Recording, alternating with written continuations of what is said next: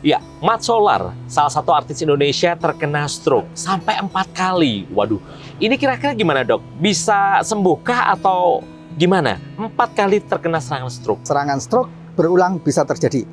Dan semakin berulang, semakin serangan kedua, ketiga, keempat tentunya akan memberikan gejala yang lebih berat dibandingkan serangan yang pertama. Hati-hati terhadap penyakit stroke.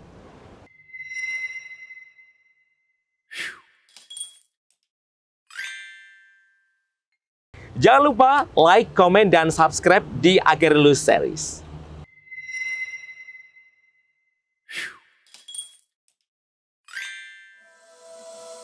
Assalamualaikum warahmatullahi wabarakatuh. Apa kabar pemirsa yang ada di rumah dan juga dimanapun Anda berada? Kita ketemu lagi di acara Bincang Sehat bersama dengan Agarilus. Dan tema kita hari ini adalah seputar stroke atau penyakit stroke. Kita tahu seorang artis Bajai Bajuri, ya ini Mat Solar, bukan diduga lagi ya, sudah terkena stroke dari tahun 2017.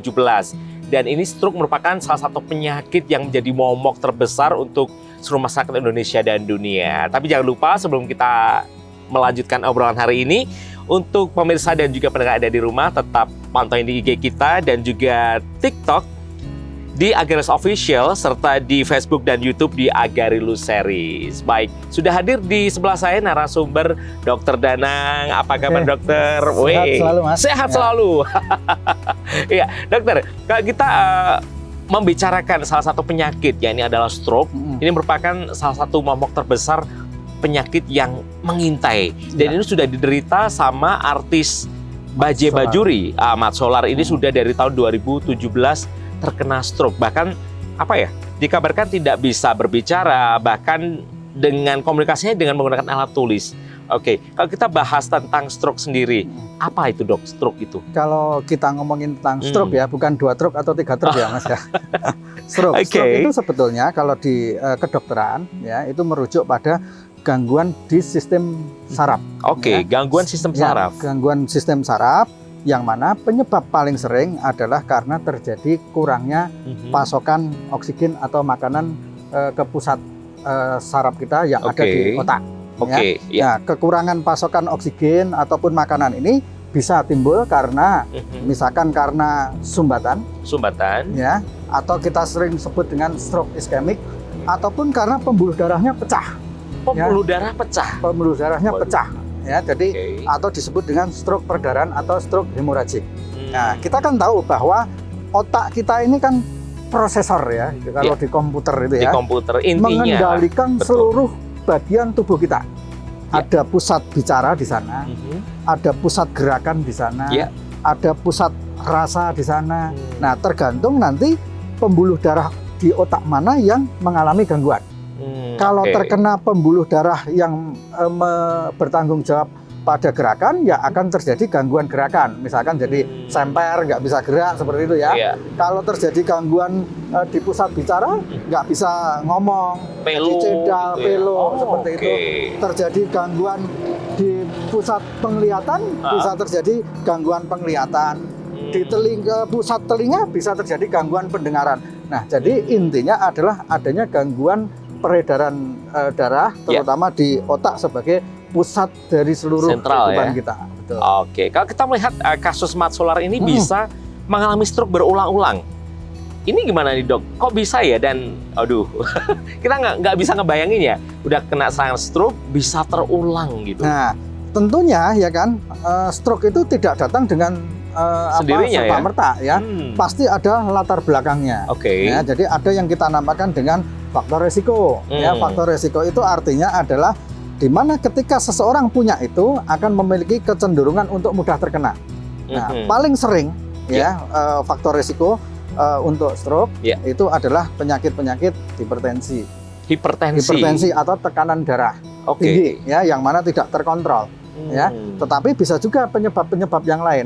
Kalau digolongkan bisa merupakan faktor resiko yang tidak bisa dimodifikasi. Contohnya umur, Mas ya. Nah, umur semakin umurnya bertambah, faktor resikonya juga semakin bertambah. Ya. Itu nggak bisa dipungkiri ya dok ya? Bisa dipungkiri. Ya. Kemudian ada penyakit-penyakit yang mendasari. Tadi paling sering adalah hipertensi atau tekanan darah tinggi yang tidak terkontrol. Ya. Kemudian diabetes atau kencing manis. atau menderita penyakit jantung. Nah, itu hati-hati. Atau kalau misalkan yang paling sering juga punya kolesterol tinggi. Kolesterol tinggi ya. Bahaya. Nah, itu bisa juga. Dan juga adalah terkait dengan gaya hidup atau lifestyle.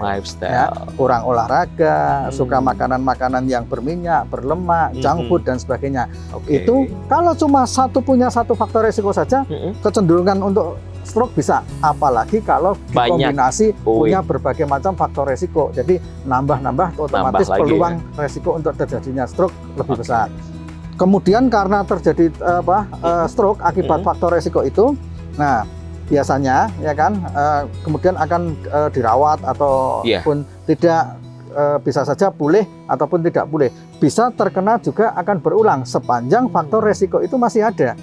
Jadi bukan cuma 2 kali, bisa saja nanti terjadi 3 kali, 4 kali bisa. Dan itu lebih parah apa gimana nih dok? Kalau udah kena serangan 1, 2 sampai seterusnya. Nah, untuk setelah terkena stroke, pemulihan untuk terkena stroke itu jangka waktunya sangat panjang dan susah.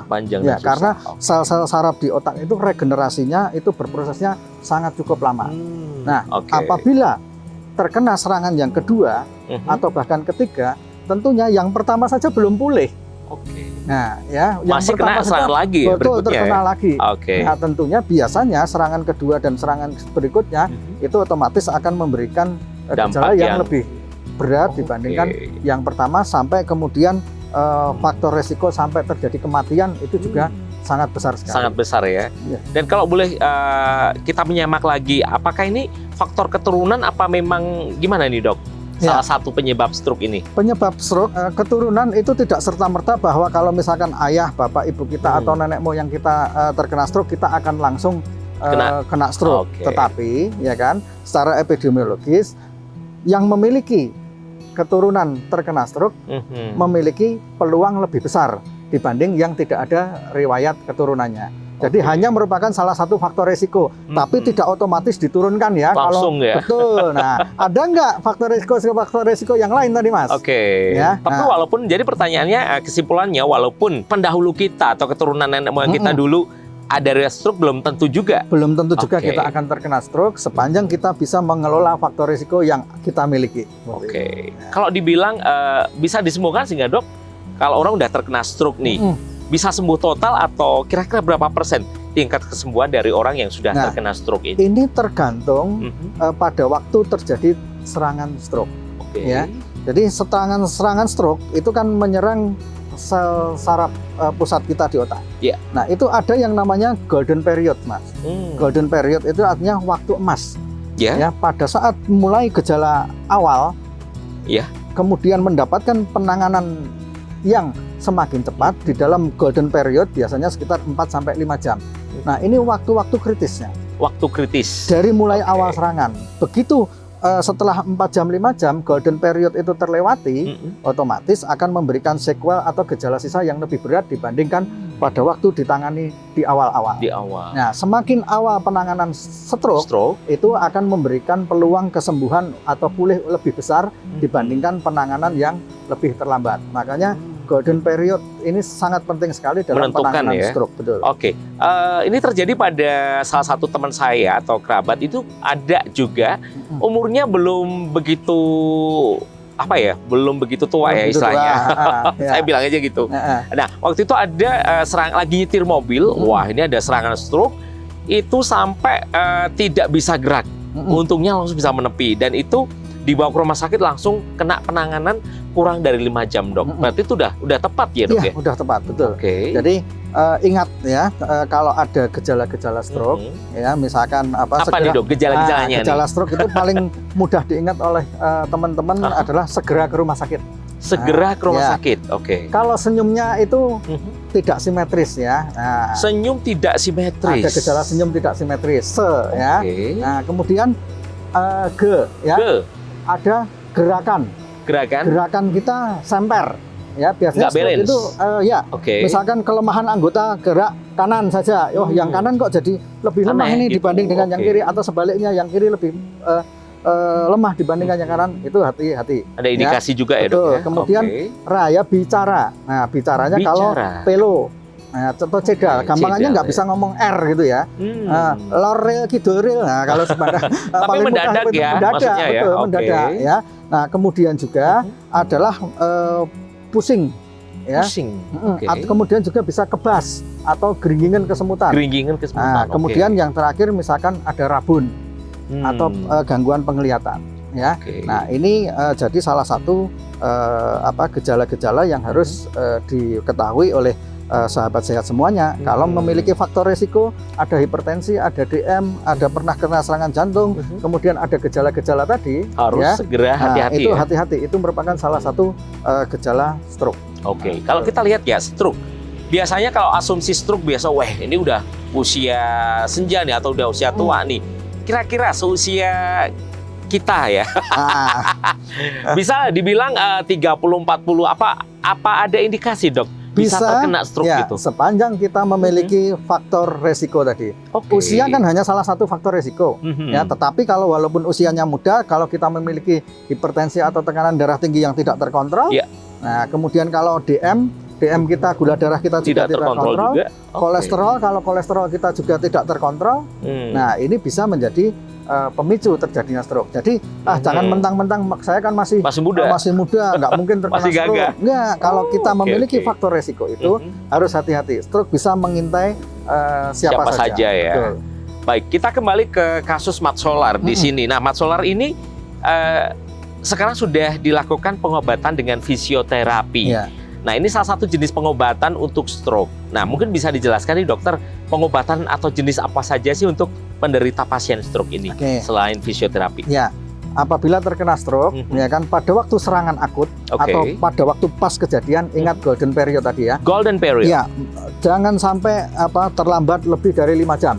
Sebelum 5 jam harus segera mencari pertolongan ke rumah sakit. Nah, ini faktor risikonya apa? Kalau setelah 5 jam terlewati? Nah, setelah 5 jam terlewati, karena sebelum 5 jam itu nanti di rumah sakit biasanya akan diberikan obat-obat yang bisa untuk membuka sumbatan ataupun misalkan tadi terjadi perdarahan, melokalisasi perdarahannya. Kalau lebih dari itu akan sangat sulit sekali untuk sumbatannya dibuka.